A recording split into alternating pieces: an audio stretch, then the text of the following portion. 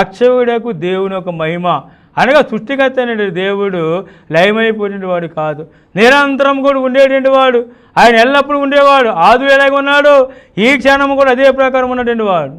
అటువంటి దేవుడిని చూసినట్లయితే కనుక కొందరైతే దేవుని యొక్క మహిమను చేయమగు గమనించినట్లయితే లయమైపోయే పరిస్థితి అంటే కనబడలేని పరిస్థితులు ఉన్న మనుషుల యొక్కను పక్షుల యొక్కను అంటే చతుష్పాదములకు జంతువుల యొక్కను మరి పురుగుల యొక్క ప్రతిమ స్వరూపమునకు దేవుని యొక్క మహిమను మార్చారంట. మనుషుల దేవుడిగాను, పశువులను దేవుడిగాను, పురుగులను దేవుడిగాను, పక్షులను దేవుడిగా కొలిసేటువంటి పరిస్థితి కలుగుతూనే ఉంది.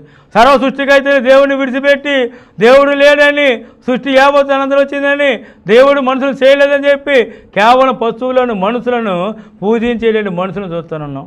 అవన్నీ కూడా చూసిన బుద్ధి లేని హృదయం కలిగిన వారు. కాబట్టి సర్వ సృష్టికైతే దేవుడిని విస్మరించడమే బుద్ధి లేని హృదయం కలిగిన వారు చేసేటువంటి పని.